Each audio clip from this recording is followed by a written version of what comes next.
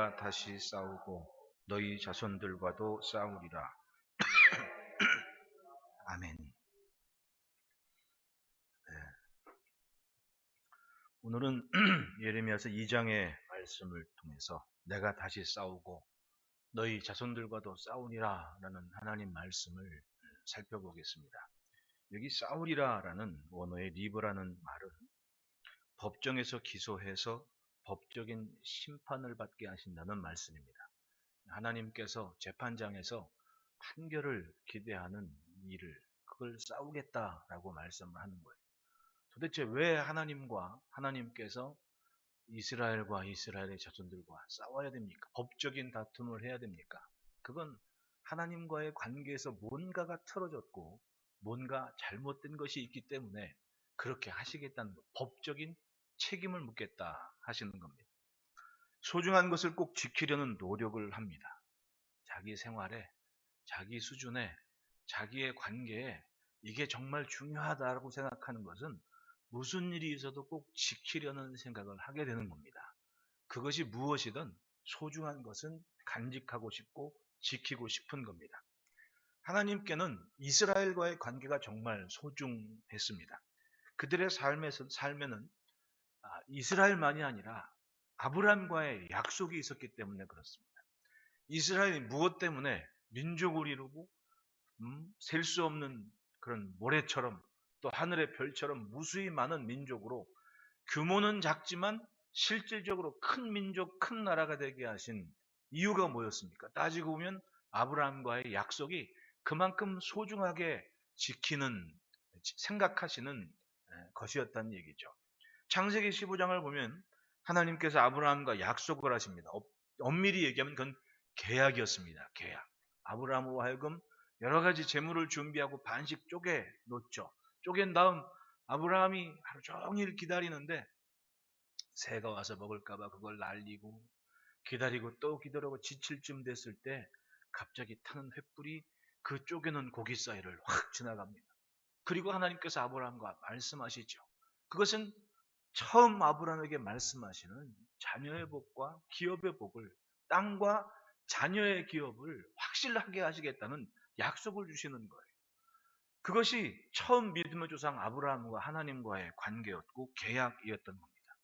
쪼개놓은 고기는 근동지역의 계약의 풍습에 따르면 이 약속, 이 계약을 지키지 않으면 이 고기처럼 될 거라고 그렇게 약속을 하는 거거든요. 그래서 계약 당사자가 쪼개놓은, 말이면 말, 뭐 아니면 소면 소, 쪼개놓은 사이로 둘이 걷고 그렇게 약속을 한 겁니다.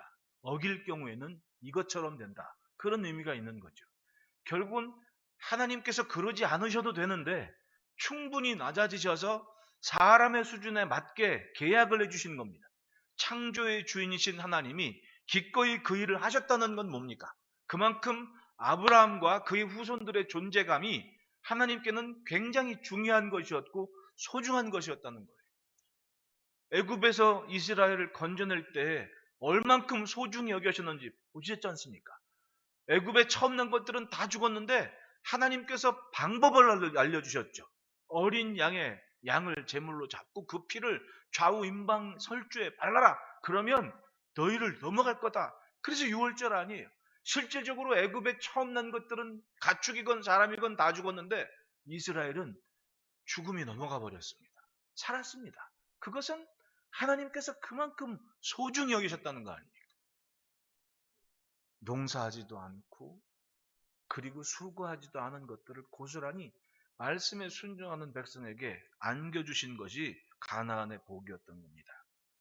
약속은 지키기 위한 겁니다. 약속은. 어린 아이와의 약속일지라도 스스로 지킬 수 있어야 그 말에 권위를 갖죠. 권위를 갖죠.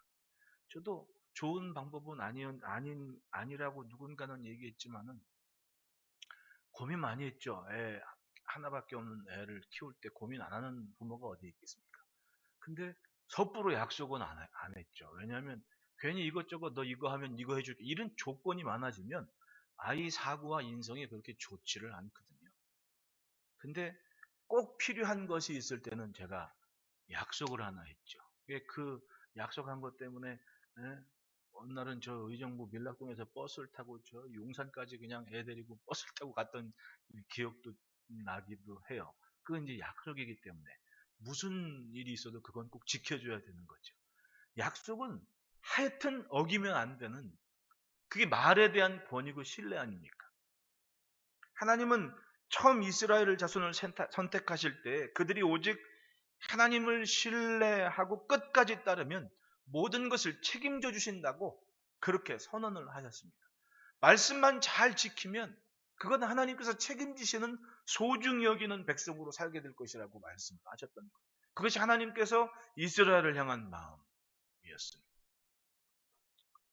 그런데 본문 9절에 그러므로 내가 다시 싸우고 너희 자손들과도 싸우리라 여호와의 말씀이라. 대뜸 하나님께서 예레미야 선지자를 통해 말씀을 선포하게 하시는데 내가 너희와 함께 법적 다툼을 하겠다 이렇게 얘기하는 거예요. 법적인 절차를 받겠다. 왜? 7절 8절을 봅시다.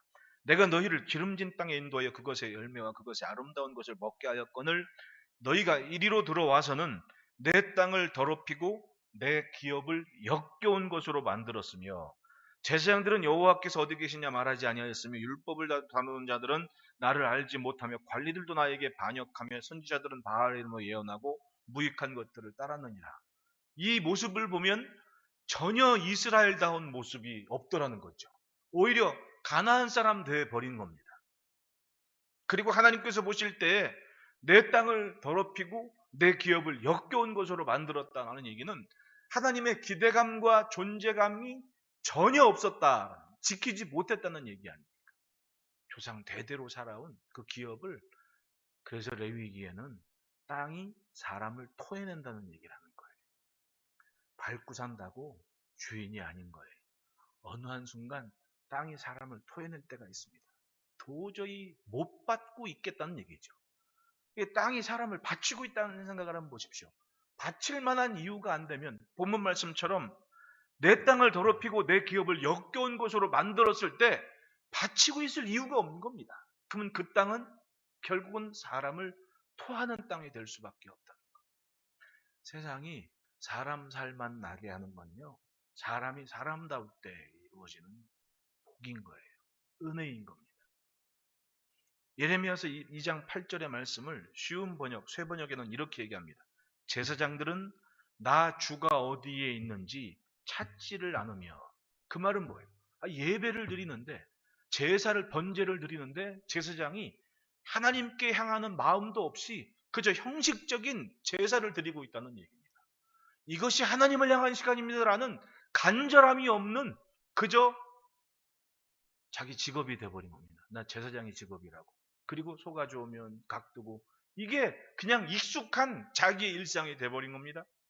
법을 다루는 자들이 나를 알지 못하며 하나님을 두려워하는 마음으로 법적인 기준으로 사람들을 재판하는, 마치 사사들처럼 그런 일을 해야 되는데, 왕들처럼 그렇게 시원케 하는 기준을 가져야 되는데 하나님을 존중하는 마음이 없더라는 거죠. 통치자들은 나에게 맞서 범죄하며 예언자들도 바알 신의 이름으로 예언하며 도움을 주지 못하는 우상들만 쫓아다녔다. 하나님께로 향하는 삶이 전체적으로 망가진 이유는 그 시대의 지도자들 때문이었습니다.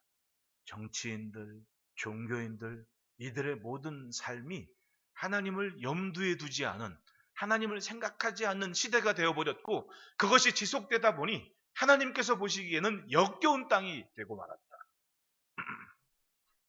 예레미야가 이 말씀을 기록할 당시에 하나님께서 보시기에는 유다 백성들은 가망이 없어 보였던 겁니다.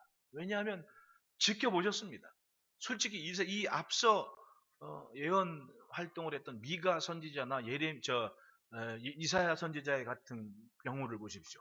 얼마나 세세하게 대단하게 미래에 대한 비전을 가지고 회복되는 예루살렘과 이스라엘 꿈꾸며 예언을 했습니까? 그런데 우리들 말로 귀뚱으로도 듣질 않은 거예요.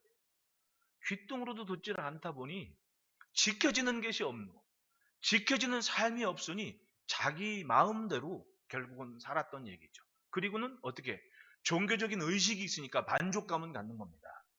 내가 이스라엘이라고 그렇게 자랑하고 살았던 거예요. 그러다 예수님이 와도 몰라보는 이스라엘이라면 과연 그것이 진정한 이스라엘의 모습이네. 하나님께서 이스라엘을 기억하실 때는 그렇습니다. 2절, 3절이 이게 정말 중요한 말씀입니다.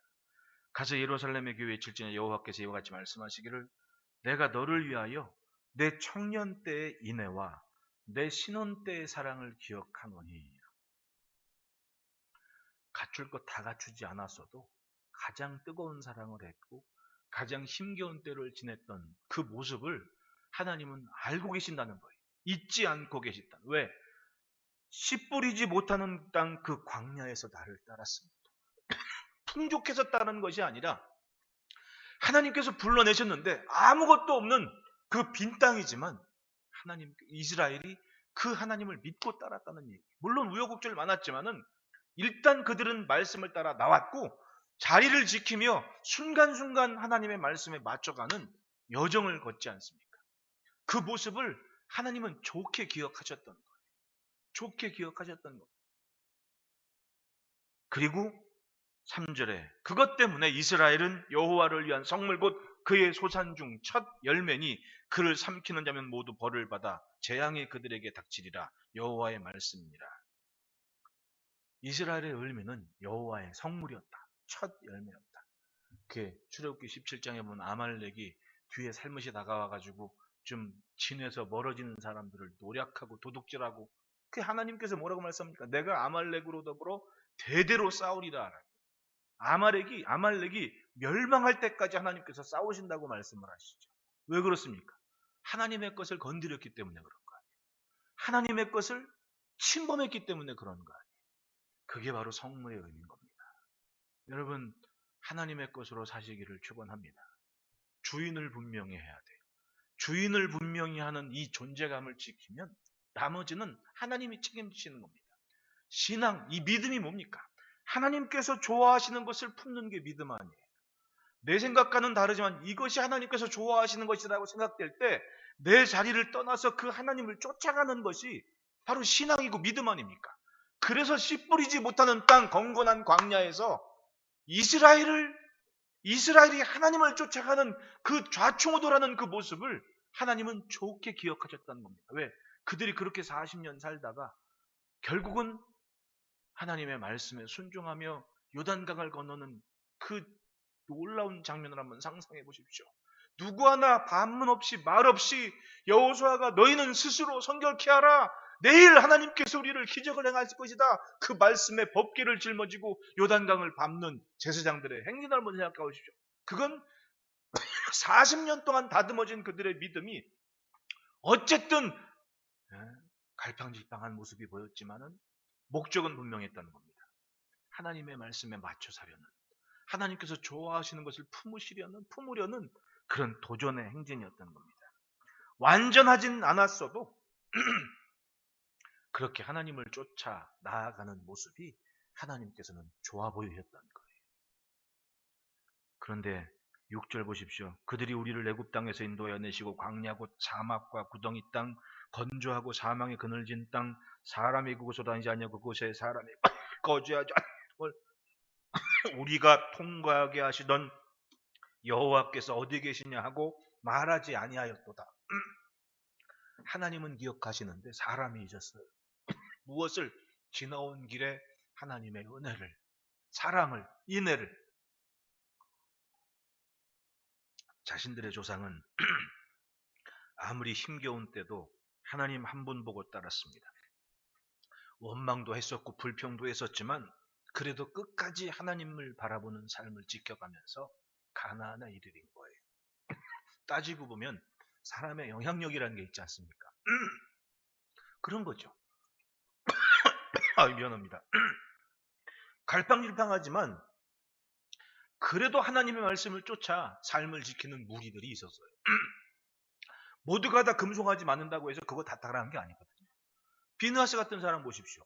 모압 땅 앞에서 모압 여인들에게 정신 팔렸을 때 비느하스가 일어나서 창을 꿰뚫어가지고 그 원흉들을 제거하지 않습니까? 그 뭐냐 하면 모두가 다 같은 짓을 하며 살진 않는 거예요.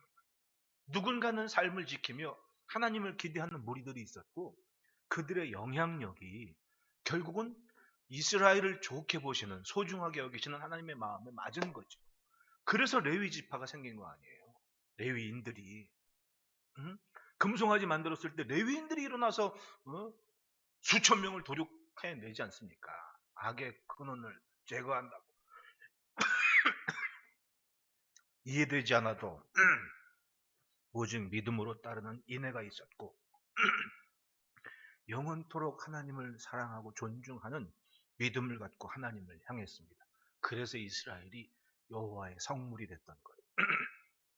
성물은 말 그대로 함부로 건들면 다 죽었습니다. 함부로 넘보질 말아라. 세상에서 우리의 존재감이 바로 그거 아닙니까? 하나님의 것이 여기에 있다는 거예요. 할렐루야. 우리는 우리 스스로의 삶을 귀하게 여겨야 됩니다. 그리고 스스로를 존중해야 됩니다. 내가 하나님의 것이라는 그 믿음, 그 경계를 분명히 해야 돼요. 그것이 예배할 때 우리의 삶의 모습이 드러나지 않습니까? 그런데 그 삶을 존중하지 않을 때 7절 8절의 말씀처럼 하나님의 땅을 더럽히고 하나님의 기업을 역겨운 곳으로 만들었고 제사장도 통치자도 율법을 가르치는 자도 선지자들도 결국은 가나안처럼 인간의 욕심과 또한 정욕과 탐욕에 휩쓸리고 말았던 겁니다. 생각해보니 사막과 구덩이 협곡을 지나도 지켰던 신앙이 아주 잘 갖춰진 아스팔트와 튼튼한 성벽과 풍성한 수확 앞에서 무너지고 말았다. 배고플 때 지켰던 것을 배부를 때 못 지키더라는 거죠. 이게 참 딜레마 아닙니까? 아이러니예요, 이런 것들이. 야, 이게 참 잘 될수록 잘 지켜야 되는데 왜 잘 될수록 멀어지는지.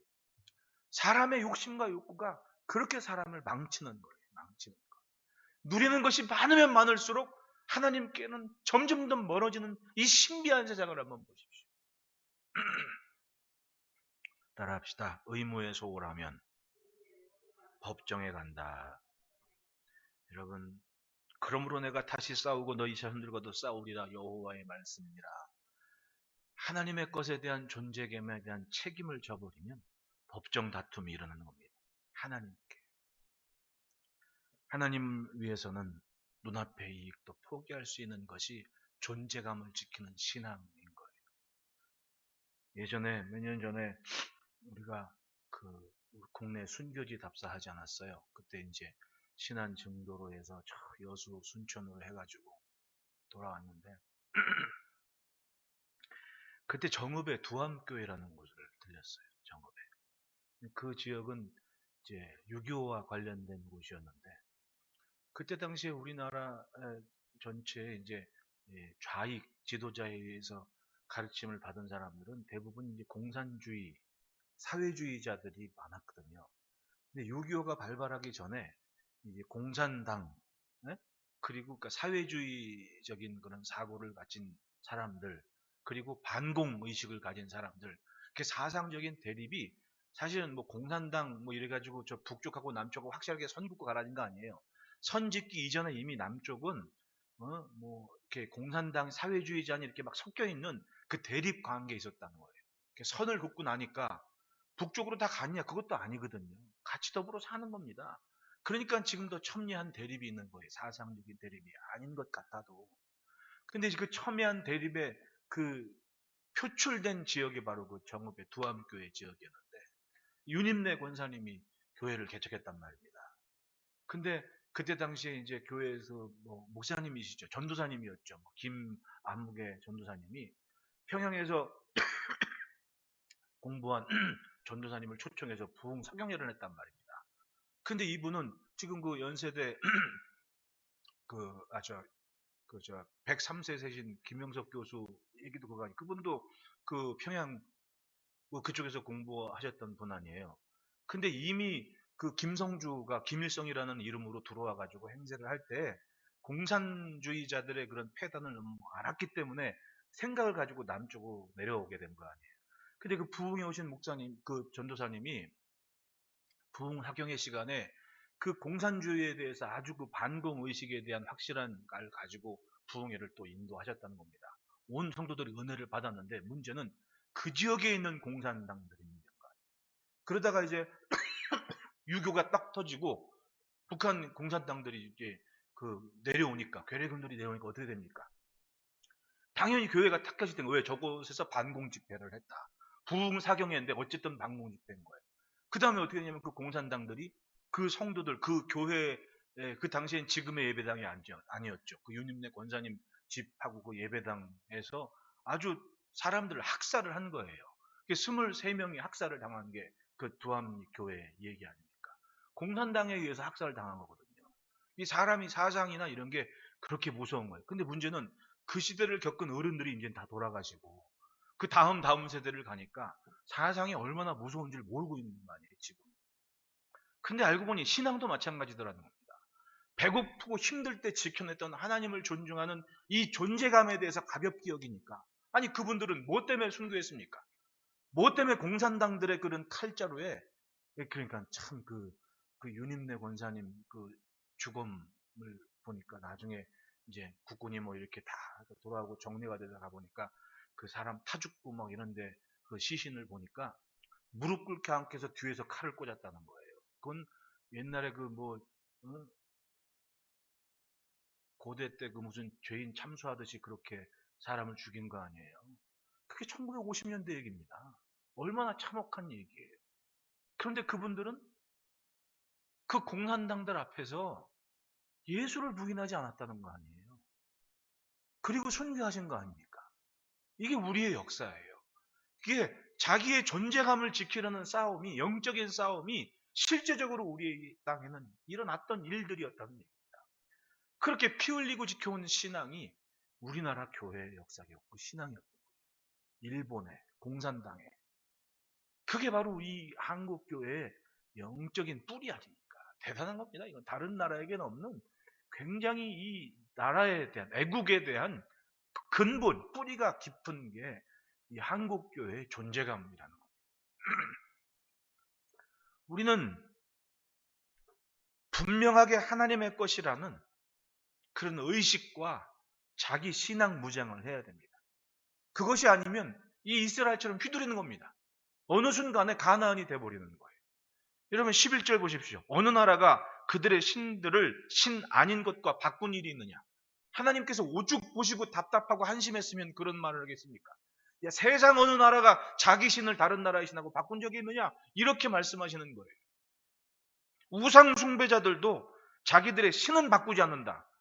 앞에 10절에 너희는 기띔 섬들에 건너가 보며 게다리도 사람을 보내 이 같은 일이 있었는지 자세히 살펴보라. 기띔은 세계에서 키프로스라는 섬에서 무역을 하는 사람, 뱃사람들 아닙니까? 뱃사람들이 자기 신 바꾸는 거 봤냐? 그들은 어디를 가도 자기가 집 떠날 때 올 때 그 신을 붙잡고 산다. 게다리 아라비아 상단들입니다. 아라비아 상단들은 그야말로 세계를 누비고 다니는 사람이에요. 근데 그 사람들이 자기 신 바꾸는 거 봤냐? 그렇게 물으시는 거예요. 세상 어디에도 자기 신 바꾸는 민족이 없다. 너희는 뭐냐? 너무 쉽게 바뀌었다는 거 아닙니까? 뭐 때문에? 그냥 겉만 남은 거예요. 겉만, 이름만, 이스라엘이란 이름만 갖고 자기들의 의식과 생활의 모습들은 결국은 이방신을 향하는 삶이 되고 말한다. 자신들의 존재감을 쉽게 잃어버리고 마는 거예요. 그러므로 따라합시다. 선택을 조심하자. 신앙은 결국은 선택하는 겁니다. 어떤 선택? 여러분 오늘도 비가 막 쫙 쏟아지고 있을 때 우리는 선택의 기로에 섰습니다. 야, 수요일날 교회를 가야 되냐 말아야 되냐? 영상도 나오는데 집에서 영상 예배를 드려야 되냐 아니면 교회를 가야 되냐? 갈등하신 분 솔직하게 저도 비가 막 퍼부으니까 야 이거 큰일 났다 생각이 안 들겠냐고요. 근데 어쨌든 여러분들은 예배하기를 선택한 거예요. 안 그렇습니까? 어쨌든 나는 지금 뭔가는 선택을 한 거예요. 딱 그 선택만큼 믿음이라는 것은 결국 선택 아닙니까? 선택. 예, 그것이 먹든지 마시든지 무엇을 하든지 내가 선택한 것을 보면 그게 바로 내 믿음의 정도고 내 영적인 상태 아니에요. 그만큼이라는 겁니다. 근데 어느 순간 그것마저도 소중히 여기지 않는 가나안 사람이 되어버렸기 때문에 하나님께서 세상 어디에 어느 민족이 자기 신들을 바꾼 민족이 있나 한번 봐라. 이렇게까지 말씀할 정도였으면 예루살렘의 상황은 심각했던 거죠. 오죽했으면 하나님께서 역겹다고 말씀을 하시겠냐. 그러므로 성도가 생명이 하나님의 뜻 그 말씀에 집중하지 않고 다른 것에 눈 돌리는 순간 스스로 웅덩이를 파는 거예요. 13절에 내 백성이 두 가지 악을 행하였나니 곧 그들이 생수의 근원되는 나를 버린 것과 스스로 웅덩이를 판 것인데 그것은 물을 가두지 못할 터진 웅덩이라. 생수의 근원되신 하나님을 버렸다. 네? 나를 살게 하신 것, 나를 살리시는 것이 하나님이신데 그걸 버렸다는 거예요. 그리고 스스로 웅덩이를 팠다. 즉 자기 힘으로 살아보려고 생수의 근원을 버렸다는 얘기입니다.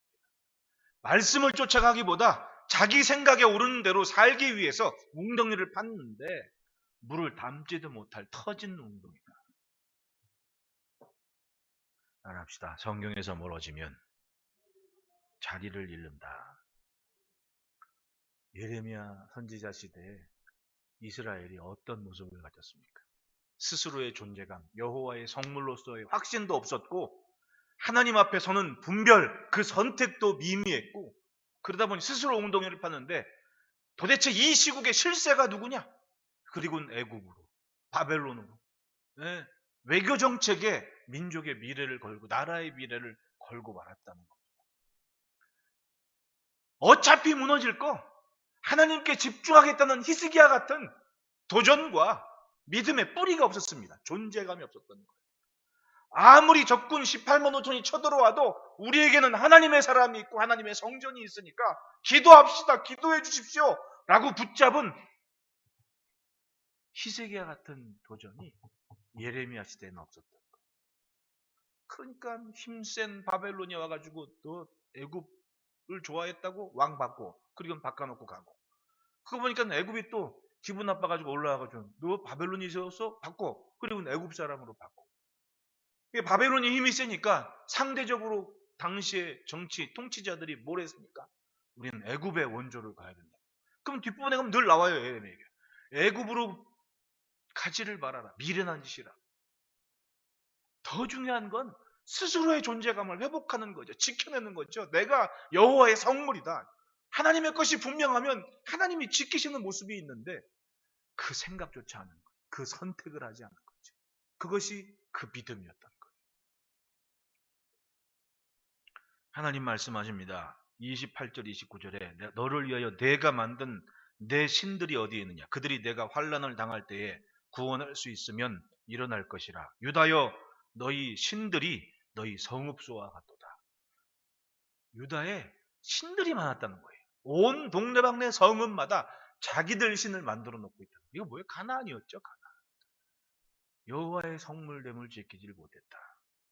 너희가 나에게 대항하면 어찌 됨이냐. 너희가 다 내게 잘못하였느니라. 아예 노골적으로 하나님께서 잘한 놈 하나 없다. 이렇게 말씀하시죠.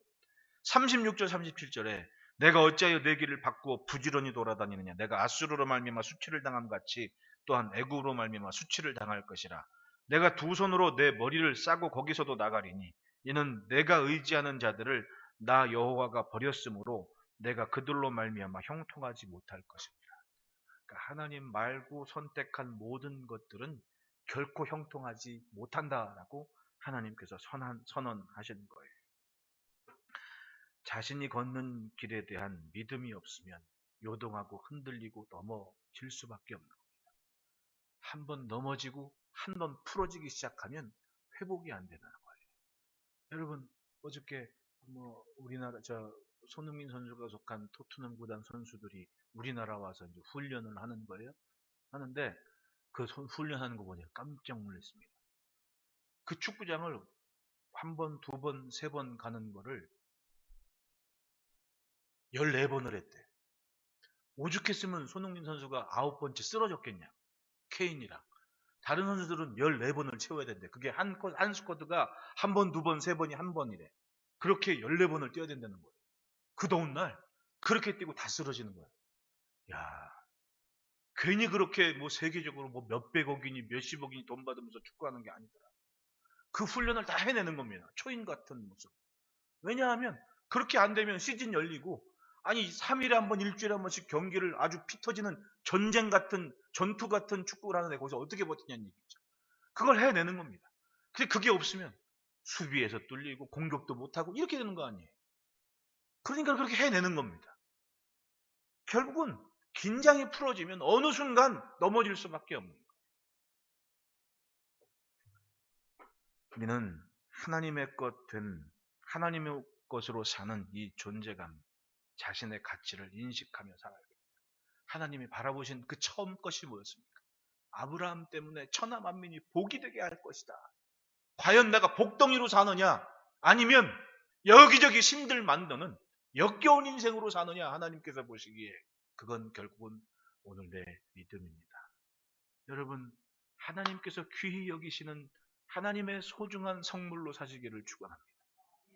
하나님께서 법적인 다툼을 하신다는 그런 예루살렘이 아니라 하나님의 것이기 때문에 하나님이 위하시는 그런 존재감으로 이 시대의 복의 근원 되시기를 축복합니다. 기도하겠습니다. 사랑과 은혜가 풍성하신 아버지 하나님, 하나님의 것으로 이 시대를 사는 종들이 이 저녁에도 주님을 예배합니다. 주를 향한 심령마다 하나님께로부터는 아름답고 신령한 귀한 것이 삶의 복이 되게 하여 주셔서 세상에 주의 것을 펼쳐가고 살게 하는 은혜로운 존재감으로 자신의 삶의 가치를 지키 복된 삶이 되게 하여 주옵소서. 삶의 믿음에 따라 하나님의 좋은 것으로 만족해 하심을 믿으며 예수님 이름으로 기도합니다. 210장 찬송하겠습니다.